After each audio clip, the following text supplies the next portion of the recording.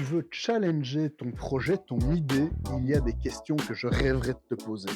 La première, c'est déjà, quel est le besoin concret auquel tu réponds? Je ne te parle pas d'une passion, je ne te parle pas d'une envie que tu as, mais réellement d'un problème vécu par tes clients. Quel est le besoin de tes clients? Ça, c'est la première question à laquelle il faut déjà avoir une réponse. Si ce n'est pas le cas, repose-toi cette question. Quel test as-tu déjà réalisé par rapport à ton idée? L'as-tu confronté au marché? Es-tu sorti finalement de ton environnement, famille, amis? As-tu vraiment été rencontrer des gens qui ont payé, ouvert leur portefeuille pour ta solution? Si ce n'est pas le cas, alors il est grand temps que tu y ailles.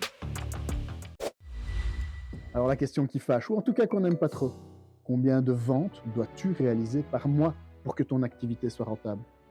Et peut-être plus important encore, combien de prospects, de clients potentiels dois-tu toucher dans ta prospection, dans ta communication pour arriver à ce nombre de ventes que tu vises?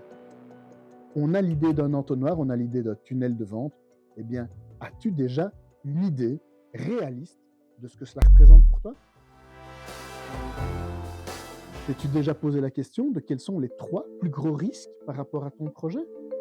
Le but, en se posant cette question, c'est de tester sa lucidité. Suis-je au clair? Ai-je une vision réaliste finalement de ce qui m'attend? Alors on dit parfois qu'ils ne savaient pas que c'était impossible, alors ils l'ont réalisé. Mais je peux vous assurer que se lancer dans un projet sans une vision claire des risques que l'on encourt, c'est suicidaire. On dit parfois en entrepreneuriat qu'il ne faut pas de plan B, comme ça on est obligé que le plan A réussisse. Ok, mais si dans 6 mois tu n'as toujours pas de clients, qu'est-ce que tu fais? Quelles sont tes pistes? Et finalement, quel est ton degré de résilience réelle?